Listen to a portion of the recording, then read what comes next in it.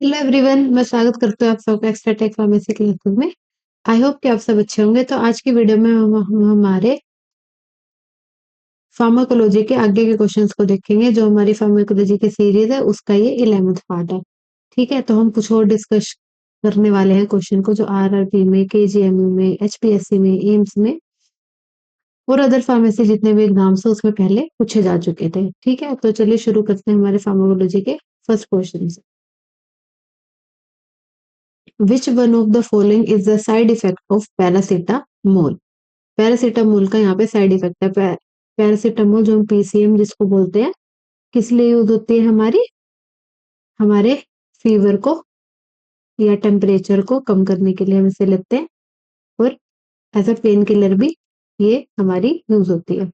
Analgesic भी बोल सकते हैं इसको। ठीक है, एनाल्जेसिक भी है ये। ठीक है, तो क्या पैरासीटामोल का सबको पता है side effect hepatotoxicity, most famous side effect जो आजकल हमारे सुनने में भी आ रहा है कि पैरासीटामोल हमें ज्यादा नहीं कंज्यूम करनी चाहिए। एक दिन में, वन डे में हमें 3 पीसीएम से ज्यादा कंज्यूम नहीं करनी चाहिए। ठीक है, इससे भी कम करनी चाहिए वैसे तो, बट एक दिन में हमें 3 से ज्यादा नहीं कंज्यूम करनी चाहिए। लॉन्ग टर्म में हमारी इसे हिपैटोटॉक्सिसिटी हो सकती है। ठीक है, तो चलिए हमारे नेक्स्ट क्वेश्चन की तरफ। Plasma sodium electrolyte balance can be caused by. जो sodium electrolyte, plasma sodium electrolyte balance है वो कौन करता है? अब हमें पता है हमारे पास 2 टाइप के कोर्टिकोइड्स होते हैं। ठीक है, एड्रेनल मेडुला, एड्रेनल कोर्टेक्स जिनको रिलीज करता है ग्लूकोकोर्टिकोइड और मिनरेलोकोर्टिकोइड। ठीक है, 2 टाइप के कोर्टिकोइड्स है हमारे पास।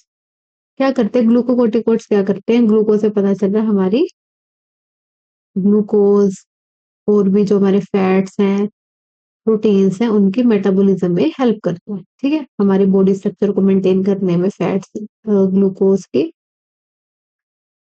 ये हमारे पास मेटाबॉलिज्म कराता है। मिनरेलोकोर्टिकोइड क्या करते हैं? हमारे water, sodium, potassium, calcium, hydrogen ion, जितने भी हमारी बॉडी में आयन्स प्रेजेंट है उनके बॉडी में बैलेंस करके रखते हैं, उनको बैलेंस बना के रखते हैं मिनरेलोकोर्टिकोइड्स। जितने भी हमारे पास आयंस प्रेजेंट है, मिनरल्स प्रेजेंट है हमारी बॉडी में, ठीक है, उनको बैलेंस आउट करके रखते हैं कि बैलेंस होना चाहिए कि इतना पोटेशियम होना चाहिए हमारी बॉडी में, इतना सोडियम होना चाहिए, इतना कैल्शियम होना चाहिए। ठीक है, तो सबसे पहले इसमें क्या बताया, plasma cortisol level disturbances can be caused by. Electrolyte disturbance किसकी वजह से हो सकती है? चेंज किसकी वजह से हो सकता है? सल्बिटामोल हमें पता है अस्थमा में यूज होगी, ये नहीं होगी। ठीक है, इसको कोई लेना देना ही नहीं, इलेक्ट्रोलाइट बैलेंस है। प्रोप्रानोलोल हमें पता है बीटा ब्लॉकर है, इसका भी कोई लेना देना नहीं है। कोडीन हमारी अगेन अस्थमा में यूज होती है, तो इसका भी कोई हमें। प्रेडनिसोलोन हमारी एक कोर्टिकोइड है जिसकी वजह से हमारी बॉडी में सोडियम इलेक्ट्रोलाइट डिस्टर्ब हो जाता है। ठीक है, सोडियम पोटेशियम का जो बैलेंस है वो डिस्टर्ब हो जाता है इन कोर्टिकोइड्स की वजह से, प्रेडनिसोलोन की वजह से। ठीक है, तो ये याद रखना, प्रेडनिसोलोन हमारी, इसके अलावा हाइड्रोकोर्टिसोन भी होता है। ये हमारी बॉडी में इलेक्ट्रोलाइट बैलेंस को डिस्टर्ब करते हैं आगे। ठीक है, हम देते तो हम ऑब्वियसली ठीक करने के लिए, बट डिस्टर्ब मतलब हमारे नॉर्मल बॉडी को डिस्टर्ब करते हैं, चेंज करते हैं। Next question, dapsone is use in the treatment of. Dapsone जो है वो किसके ट्रीटमेंट में यूज किया जाता है?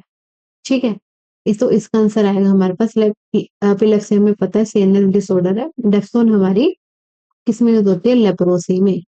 जो लेप्रे हमारा, जो हमारे पास बैक्टीरिया होता है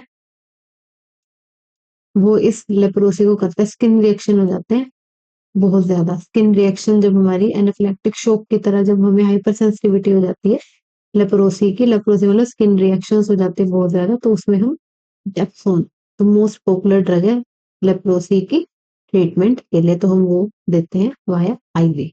ठीक है, तो next question, which one of the following is a bronchodilator. Bronchioles को डायलेट कौन करता है इनमें से, इन ड्रग में से?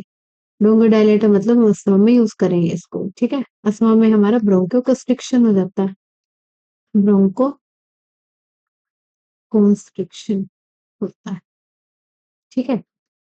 ब्रोंको डायलेशन करवानी है अब हमने, कौन करेगा? डिजोक्सिन नहीं है, डिजोक्सिन मैंने बताया था कार्डियोवास्कुलर सीवीएस कार्डियोवास्कुलर सिस्टम में हमारी डिजोक्सिन मोस्ट पॉपुलर ड्रग है, एज अ कार्डियोटोनिक हम इसको यूज करते हैं, कार्डियोटोनिक, इसमें मायोकार्डियल इंफाक्शन में, ठीक है। निटिन में हमारी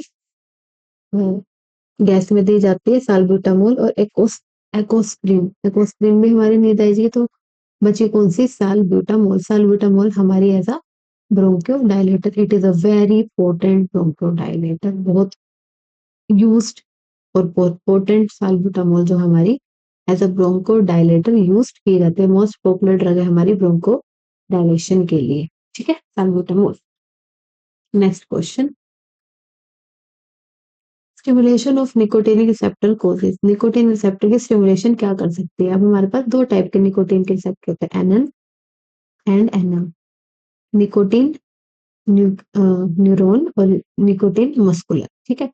ये कहाँ पे? हमारे गैंग्लियास में प्रेजेंट है, एनएन गैंग्लिया या फिर गैंग्लियोन्स, ठीक है, यहाँ पे प्रेजेंट है, हमारे हमारी नर्व्स यहाँ से निकल रही है स्पाइनल कॉर्ड से, ठीक है। एनएम कहाँ पे? मस्कुलर, मसल्स पे, मस्कुलर जंक्शन पे प्रेजेंट है, तो मसल्स पे जितने भी हमारी मसल्स हैं बॉडी में, वहां पे कौन से रिसेप्टर प्रेजेंट होते हैं? एनएम। और इन रिसेप्टर पे बाइंड कौन आके करता है? हमारा हमेशा हमेशा याद रखना एसिटाइल कोलिन, एसिटाइल कोलिन हमारा एनएन और एनएम, एसिटाइल कोलिन पे आके हमेशा एक्ट करता है, ये स्पेसिफिक ही हमारे एसिटाइल कोलिन के लिए होते हैं।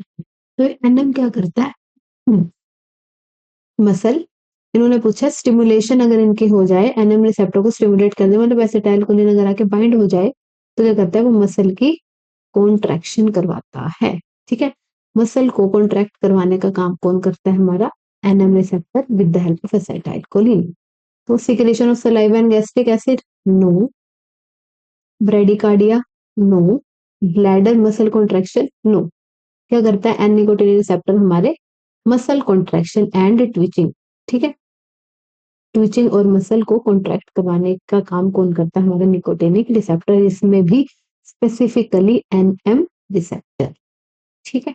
Next question, drug use in the treatment of leprosy, अब फिर से आगे उन्होंने लास्ट में पूछा था डेक्सोन किस डिजीज की ट्रीटमेंट के लिए यूज की जाते हैं? हमें पता है लेप्रोसी, तो यहाँ पे पूछा लेप्रोसी के लिए हम कौन सी डिजीज को, सॉरी कौन सी ड्रग को यूज करते हैं, विच इज प्योर डेप्सोन, ये हमेशा याद रखना। लेप्रोसी के ट्रीटमेंट के लिए हमेशा dapsone is the most popular drug, ठीक है, मोस्ट पॉपुलर या फर्स्ट लाइन ड्रग कह लो, ठीक है, first line drug, first line drug है फॉर लेप्रोसी, ठीक है, okay. Next question, the route of administration of BCG vaccine is, BCG vaccine हमारी किस कौन से रूट के थ्रू दी जाती है? बीसीजी वैक्सीन याद रखना हमारी ट्यूबरक्लोसिस, ठीक है, ट्यूबरक्लोसिस जो हमारी डिजीज है उसके लिए हमारी ये वैक्सीन दी जाती है, बीसीजी वैक्सीन, ठीक है। इसको हम हमेशा इंट्राडर्मल रूट से देते हैं, इंट्राडर्मल रूट जो कि हमारा 15 टू 25 डिग्री पे हमारा होता है, सबसे बिल्कुल बाहर की लेयर जो होती है ना उस पे दी जाती है ये वैक्सीन, ठीक है। तो चलिए हमारे डिफरेंट रूट्स के बारे में देख लो एक बार, ये रहा तुम्हारा इंट्रामस्कुलर, ठीक है, इंट्रामस्कुलर दिख रहा है, कलर चेंज कर वेट, ठीक है, इंट्रामस्कुलर दिख रहा है, ये रहा इंट्रामस्कुलर 90 डिग्री पे बिल्कुल अंदर, बिल्कुल स्किन के अंदर लेयर में जा रहा है ये, ठीक है, काफी अंदर गया, मस्कुलर मसल्स में गया ना ऊपर, बिल्कुल अंदर, सबक्यूटेनियस से भी नीचे वाले लेयर में गया, तो 90 डिग्री पे देते हैं इसको ताकि वो इतना डीप जा सके नीडल उसका, ठीक है। उसके बाद आता है हमारा सबक्यूटेनियस, सबक्यूटेनियस लेयर हमें पता है स्किन के, हमारे पास हमें पता है कितने लेयर है, सबसे पहले आती है एपिडर्मिस, फिर आती है डर्मिस, सबक्यूटेनियस के भी नीचे हमारी मसल्स है, तो 90 डिग्री पे तो हमने इंट्रामस्कुलर दे दिया, मसल से याद रखना मसल में जो इंजेक्शन दे रहे हैं वो हमारे 90 डिग्री पे देगा सबसे अंदर। उसके बाद आता है सबक्यूटेनियस, वो हमारा 45 डिग्री पे दिया जाता है क्योंकि वो जो हमारी सबक्यूटेनियस लेयर है वो जस्ट मसल के अबव होते हैं, उससे ऊपर होगी तो 45 डिग्री पे 90 का हाफ कितना कर दिया 45, तो 45 डिग्री पे यहाँ पे हमारा इंजेक्शन दिया जा रहा है। इंट्रावेनस आता है उसके बाद, वेन्स कहाँ पे हमारे प्रेजेंट है, डर्मिस में प्रेजेंट है। तो ये इंजेक्शन हमारा 25 डिग्री पे दिया जाता है, ये लिखा हुआ है यहाँ पे 25 डिग्री पे दिया जाता है। इंटरडर्मल 10 to 15 डिग्री पे हमारा सबसे ऊपर वाला लेयर पे बिल्कुल ऐसे दिया जाता है, ठीक है। एंगल दिखा रखे हैं 90 डिग्री। इंट्रामस्कुलर सबक्यूटेनियस हमारा 45 डिग्री, जस्ट 90 डिग्री का हाफ। इंट्रावेनस हमारा यहाँ पे 25 डिग्री, देन इंटरडर्मल हमारा 10 डिग्री, 10 to 15 डिग्री, ठीक है। ऐसे दिए जाते हैं different different injection, different different vaccine, ठीक है। तो इंटरडर्मल रूट के थ्रू हमारी ये वैक्सीन, बीसीजी की वैक्सीन दी जाती है, ठीक है, याद रहेगा। Next question, let's move to the next question. Which one of the following is the primary site action of local anaesthetic. Primary site action क्या रहता है, लोकल एनेस्थेटिक। लोकल एनेस्थेटिक क्या होते हैं, जो हमारे पर्टिकुलर एक ही एरिया को, बॉडी के एक ही एरिया को एनेस्थाइज रखते हैं। सपोज हमने लोकल एनेस्थेटिक क्या करेंगे, जैसे हमारे हैंड में कुछ सर्जरी करनी है, हैंड में जस्ट सपोज, ठीक है, तो हैंड को ही वो एनेस्थाइज करेंगे, हमारी पूरी बॉडी को एनेस्थाइज हमें पूरा भूज करने की जरूरत नहीं है। लोकली ही उस पर्टिकुलर एरिया को एनेस्थाइज कर देंगे ताकि हमें वहां पे पेन फील ना हो। पेन रिसेप्टर जो होते हैं उनको ब्लॉक कर देते हैं वहां पे, तो लोकल एनेस्थेटिक होते हैं। अब इन्होंने पूछा प्राइमरी साइट एक्शन क्या रहता है लोकल एनेस्थेटिक का। एक सेल में जाके वो सबसे पहले किस चीज को एनेस्थाइज करना शुरू करते हैं, क्या उसके न्यूक्लियस को, क्या उसके साइटोप्लाज्म को, क्या उसके सेल मेम्ब्रेन को, क्या उसका माइटोकॉन्ड्रिया। अब सबसे पहले एक सेल में हमें पता है ये कोई सेल है तुम्हारी, ठीक है, ये अंदर उसके न्यूक्लियस है, ये डीएनए प्रेजेंट है, ठीक है, ये हमारी सारी ऑर्गेनेलीज प्रेजेंट है। माइटोकॉन्ड्रिया होगा, वैक्यूल्स हो गए, ठीक है, गोल्जी apparatus हो गए, ठीक है। अब सबसे पहले कॉन्टैक्ट किसका हुआ, हमारी सबसे पहले सेल मेम्ब्रेन के साथ ही कॉन्टैक्ट हुआ ना लोकल एनेस्थेटिक का, ठीक है।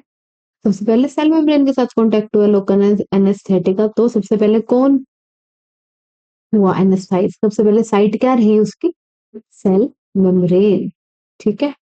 तो याद रखना लोकल एनेस्थेटिक का primary site of action cell में क्या रहता है, हमारा सेल मेम्ब्रेन। सेल की मेम्ब्रेन के साथ ही वो सबसे पहले कॉन्टैक्ट करेगा ना, तो cell membrane will be your primary site action for local anaesthetic, ठीक है। Next question, which of the following is not a lipid derived autacoid. इनमें से कौन सा लिपिड डराइव्ड ऑटोकॉइड नहीं है। उससे पहले हम जरा डिवीजन देख लेते हैं ऑटोकॉइड्स की। ये रहा classification of autacoids, let me change my pen, ठीक है। क्लासिफिकेशन ऑफ ऑटोकॉइड्स, कितने टाइप के होते हैं, सबसे पहले अमीन ऑटोकॉइड, फिर लिपिड डराइव्ड ऑटोकॉइड, फिर पेप्टाइड ऑटोकॉइड, फिर अदर ऑटोकॉइड, ठीक है। अमाइन ऑटोकॉइड्स में हमारे पास दो ही है, हिस्टामिन एंड सेरोटोनिन। सेरोटोनिन को हम 5-HT बोलते हैं, ठीक है, 5 हाइड्रोक्सी ट्रिप्टोफैन सेरोटोनिन को बोला जाता है। लिपिड ड्राइव्ड में हमारे पास चार है, सॉरी 3 है, prostaglandins, leukotrienes and platelet aggregating factor, जिसको हम फैस्ट भी बोलते हैं। पेप्टाइड ऑटोकॉइड में हमारे पास प्लाज्माकाइनिन, जिसको हम ब्रेडिकाइनिन और एंजियोटेंसिन प्रेजेंट है। अदर ऑटोकॉइड में गैस्ट्रिक ऑटोकॉइड, साइटोकाइनिन एक्सेट्रा। अब हमारा क्वेश्चन क्या था, इनमें से कौन सा लिपिड डराइव्ड ऑटोकॉइड नहीं है, ठीक है, इनमें से कौन सा लिपिड डराइव्ड ऑटोकॉइड नहीं है। प्रोस्टाग्लैंडिन है, ग्लूकोट्राइन्स भी है, फैफ भी है, प्लेटलेट एग्रीगेटर, ये तीनों ही हमारे लिपिड डराइव्ड है, लिपिड डराइव्ड ऑटोकॉइड्स हैं, ठीक है। बचा कौन सा, हिस्टामिन, इसका तो नाम में ही अमीन है तो लिपिड तो हो ही नहीं सकता, ठीक है। तो histamine is the right answer, ये तो हमारा अमीन, अमीनो ऑटोकॉइड होगा, अमीन हैविंग अमीन वाला ऑटोकॉइड है, ठीक है। तो histamine is the right answer, ठीक है। तो आज की वीडियो के लिए इतना ही, मैं मिलती हूँ आपको नेक्स्ट वीडियो में। आई होप कि आपको ये क्वेश्चन समझ आएंगे। अगर आपको कोई भी कंफ्यूजन है तो आप कमेंट सेक्शन में पूछ सकते हैं, ठीक है। तब तक के लिए ध्यान रखिए।